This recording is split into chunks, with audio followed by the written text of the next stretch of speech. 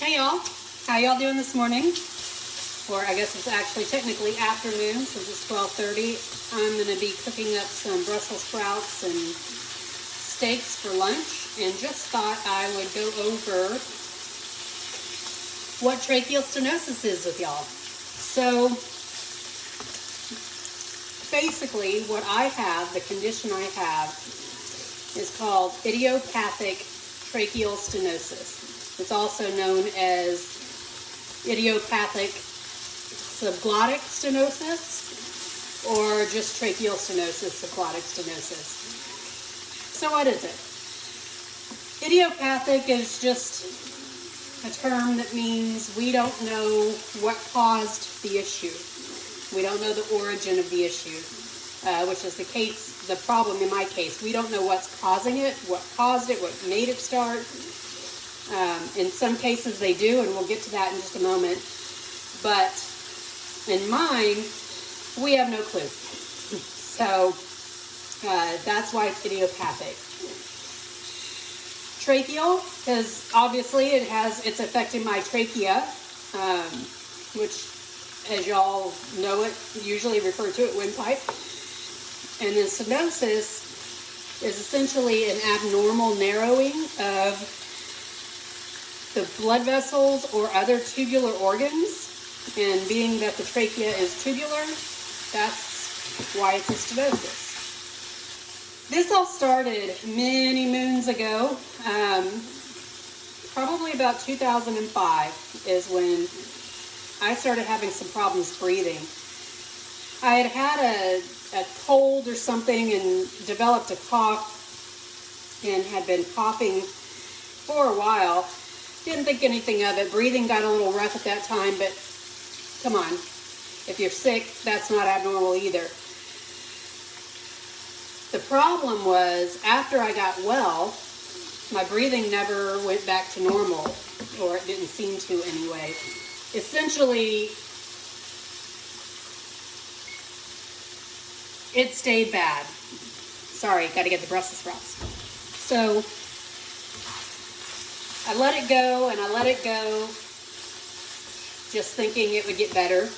I'm not one that likes to go to the doctor. I avoid the doctor as much as I possibly can, but it was becoming evident that something needed to be done. My breathing kept getting worse. I was having problems just doing normal everyday activities, like tying my shoes, putting away groceries, bringing groceries in from the car. Anything that required any kind of physical exertion was hard. It was almost like I had run a mile. And it had nothing to do with my lung capacity. If I would breathe in slowly, I could fill up my lungs to capacity, no problem. I was feeling it here. Every time I would breathe in, I would feel a constriction here. Finally, my husband said, maybe it's time you go to the doctor. My first thought was, I don't want to go to the doctor, because what if it's cancer? Well, let's think this through for a moment, Tammy. If it was cancer, wouldn't you want to go to the doctor sooner rather than too late? Yeah. So I went to the doctor, and he said I had asthma. And okay, well, we'll give it a try. He gave me a inhaler, Symbicort inhaler, and it seemed like it did help some, but I think it only helped because it maybe would affect when it went through the stenosis, maybe it would help with that some way, but it never lasted. It wasn't like I could take that and be good for the rest of the day. It would be a temporary relief at that. So I went to another doctor. Same thing. It's asthma. And at this point, I started saying, no, it's not asthma. My brother had asthma. I know what that sounds like.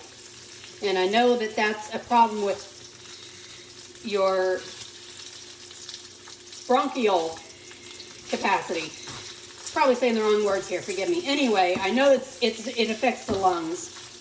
And I kept telling them it's not I don't feel it in my lungs. I feel it up here in my throat. So let's fast forward 2 years. It's now 2007. I am about to give up hope because I have not been able to get answers. And I don't want to do anything. I don't want to go grocery shopping. I don't want to go to work. I don't even want to talk because talking has become a chore. I have to inhale. You might be able to hear it. You may not be able to hear it over the bacon. But it takes a long time to breathe in and get any kind of air to where I can talk for a while. And this is much better than what it was at that point. I decided, okay, last ditch thing, I'm going to go to an allergist. Maybe I'm allergic to something. And if I can figure out what that is and get that taken care of, I won't have this problem anymore. So I went to see Dr. Stark, but because I was a new patient, I saw his assistant first, which is fine. I have no problem with seeing doctors' assistants, physicians' assistants. I trust them implicitly as well. So I met with her. She asked me about my history and why I was there. I explained it all to her. And she nodded and wrote something down in the chart. And then we did the allergy test, the little poke test that they do on your arm. Well, come to find out, I'm allergic to feathers, dogs, cats, I guess any kind of animal. I had 2 dogs at the time, and I was sleeping with a down comforter. I was also allergic to dust, Thompson grass, just a bunch of other stuff that didn't really affect me as much, I don't think, as the dogs and dust, because we lived out in the country where it gets dusty enough, trust me. She wrote a prescription or told me she was going to come up with a prescription for drops to use to help combat the histamine reaction and help get the inflammation down and help with my allergies.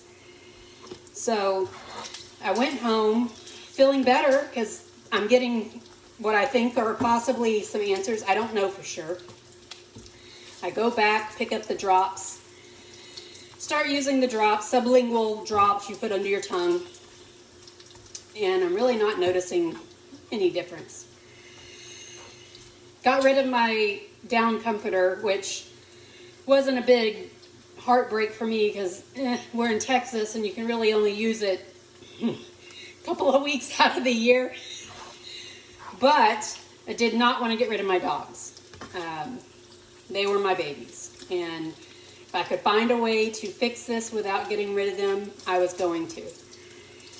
Or I should say rehoming them. That's so tacky. Anyway, I went back for my follow-up. I can't remember how long it was. 6 months maybe? 3 months, 6 months, I can't remember. And this time I saw Dr. Stark because I was, I guess, an established patient at that point. And he asked me how it was going, and I was honest with him. I was upset because I didn't feel like there was really any improvement. I don't think that these drops are doing anything. I don't want to take the drops anymore. I don't like taking medicine. You hear that all this, I was in a very negative mind space at the time. So he looks at my chart and he says, oh, well, it says here you have asthma. And at that point, bless his heart, I lost it. I completely lost it on him and raised my voice. Wasn't shouting, but my voice was definitely raised, saying it was not asthma. It was not asthma. I know what asthma's like. This isn't it. He listened to me, and he nodded. He said, okay, all right. Then let's see if we can see what's going on. So he took a scope. No other doctor, not one, no other doctor suggested that we take a look down my throat to see if we could see what was going on. But he did. I wasn't real hip on the idea of it just because I didn't know what to expect and it does not sound comfortable, which Newsflash, it's not. But regardless, I was willing to do whatever I needed to do to get some answers. So he puts the scope up my nose and down and takes a look. And it wasn't 10 seconds after he got that scope in there. He said, "Yep, I see the issue. You have tracheal stenosis." And I said, "I have what?" And so then he explained it to me. And when he explained it to me, it made complete sense. Everything that I was feeling internally when I would try to breathe made sense. So he knew a specialist in this area. Thank God for him. And thank God for Dr. Stark and the specialist. He set me up with an MRI to get a scan so I could take that with me when I met with the specialist. Was able to get me in within, I think it was like 2 weeks, which, knowing what I know now, is amazing because he is fully booked all the time. I went, had my MRI done. I had my notes from Dr. Stark. I had the results from that test. And when I showed up in the office for my first visit with him, he walks in, introduces himself.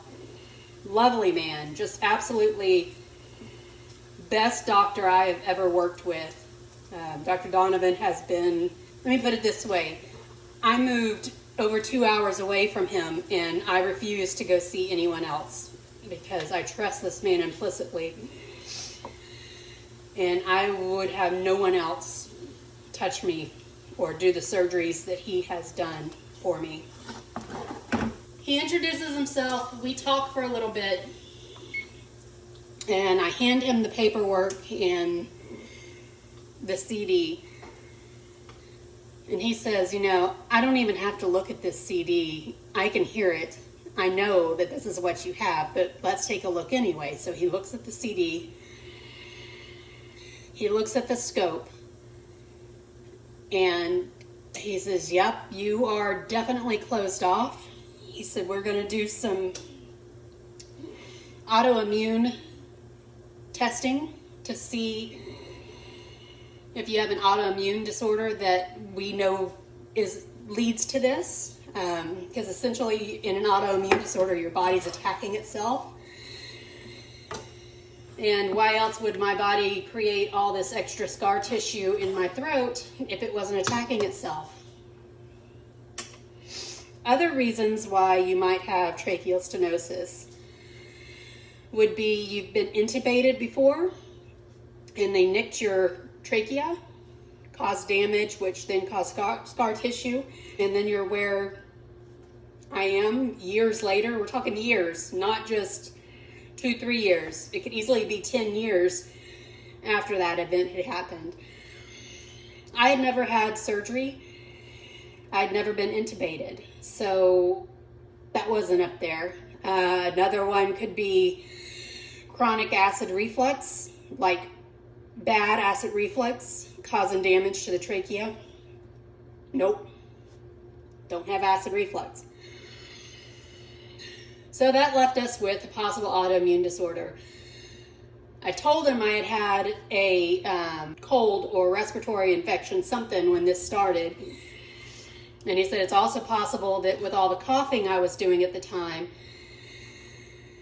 that maybe caused some damage to my throat. If that's the case, the intervention we're going to do could be a permanent thing. He said it's we don't know until we get in there. You can look and see what's going on, or if we can determine what's starting it, there's a chance it's going to recur. The chance of recurrence is pretty high, especially with people with idiopathic stenosis, tracheal stenosis. At the time, I was 230 pounds plus. I was miserable. I couldn't move, couldn't talk. I couldn't live life. I had no energy. I was depressed, but constantly trying to keep up a good facade. I didn't want to burden others with more than what I had already felt I was burdening them with, which looking back now, no, it's not a burden, people. It's not a burden. Your loved ones love you and they want to help you. Talk to them if you need to. So he put me on the calendar to go in for a dilation. So the way he explained it, they're going to put me under general anesthetic and anesthesia, and will go in with a tube and stretch it out, essentially. So the scar tissue, as scar tissue does, as it gets older, it gets tighter. It likes to tighten. That's why breathing becomes such an issue, because it's closing off your airway. It's closing off your trachea. What he was going to do is he's going to go in, and if this is your trachea, when the scar tissue forms, it sometimes forms a shelf. So now you're blocked off like this, and it starts tightening. So what he was going to do is go in with a laser and cut it in 3 places to loosen that scar tissue up. And then he would go in with a rigid bronchoscope in varying sizes, and each one a little bigger than the next to help open it back up. Most adults have the trachea, their trachea is about the size of a quarter. Yeah, about the size of a quarter. Mine, at the time, he knew was smaller. We just didn't realize how small it was until we went in for the surgery. Got in for the surgery, and it was an interesting experience because I've never had one before. And when I woke up, as soon as I woke up, I could breathe normally. It was like somebody stopped holding my nose closed, and I could breathe freely. He came in to recovery to talk to me and said that I was more closed off than he thought. I was down to about 2 millimeters. 2 millimeters, it's roughly the size of a drinking straw, okay? Quarter, 2 millimeters. Now we know why I didn't feel like doing anything but laying on the couch and just trying to survive. My throat still was not back to normal. It was not ever going to be the same size as an adult, but at that point he was able to get it the size consistent with a large child, teenager maybe, I'm not sure, but I think he said it was about the size of a nickel, maybe a little bigger. I didn't care. I could breathe. I was happy. I had to lay off for a couple of weeks of doing any kind of exercise, picking up anything heavy, until I went back for a checkup to make sure everything was okay, which at the time I wasn't doing anything as far as trying to work out or get healthy, so that didn't really affect me much. And in my job, I didn't have to lift anything heavy. Went back for the checkup. Everything was A-okay. I could live life normally. I was so excited. Had a new lease on life, as they say, until probably about 7 months later. 7 months later, it started coming back. I was heartbroken because I thought for sure this came because of that illness I had. And in that case, this should be all I have to do. It should be fixed at this point. Well, that wasn't the case. And in all fairness, he told me if it wasn't that, there were high chances of reoccurrence. So I should have prepared myself better for that. In any case, we had done all the autoimmune testing and I had nothing that they could find. This is getting kind of long. I'm going to stop it right now and do my steaks, and then we'll finish this later. Hey y'all, okay, back for part 2. So after my stenosis came back and I knew I was going to have a second dilation, I kind of let that get to me, and I just decided that I was going to use that as an excuse not to exercise, not to exert myself. I needed to be careful with myself. I needed to nurture myself. And not saying you don't need to do those things, but I was using it as an excuse. Flat out. It may have been subconscious at the time, but I recognize now what I was doing. When it came back again, and I was going in for my third dilation, after my third dilation, I decided, you know what? No more. I'm not going to let this disease control my life. I'm not going to let this disability determine who I am. If I wanted to hike Mount Everest, dadgummit, I was going to hike Mount Everest. Yeah, that's not really going to happen, but you know what I mean. So at that point, I decided to get healthy. And what better way to get healthy than to jump into doing half marathons, right? I joined a CrossFit group with some people I worked with, and they were talking about doing a half marathon. So I thought, why not? This sounds good. My husband's a runner. He runs every day, and I thought this could be something we could do together. So I talked to him, and we signed up for it. And it was called Angie's Half Crazy Half Marathon, which seemed fitting at the time. Anyway, I'm not a runner, not in the normal definition of a runner. I do run-walk intervals. Thanks to Mr. Jeff Galloway, I've been able to do pretty well at that. It takes me 3.5 hours plus to do a half marathon, so I am not fast by any stretch of the imagination. But that's not the point. The point was, I did it. I completed the half marathon. My husband, bless his heart, I love this man. He's such a great guy. He ran the half marathon and then turned around and walked back until he found me and then finished it with me. How sweet is that? Anyway, story for another time. I ended up doing 14 half marathons. I did a marathon during the 2-year period between my resection and the next dilation. And I hiked Angel's Landing, which was a goal for me. I went with my parents years ago. I think I was in high school still, to do Angel's Landing with them. And I was so out of shape that when we finished with Walter's Wiggles, if y'all know Angel's Landing, you know what I'm talking about. If not, look it up. You can get a picture of what I'm talking about at this point.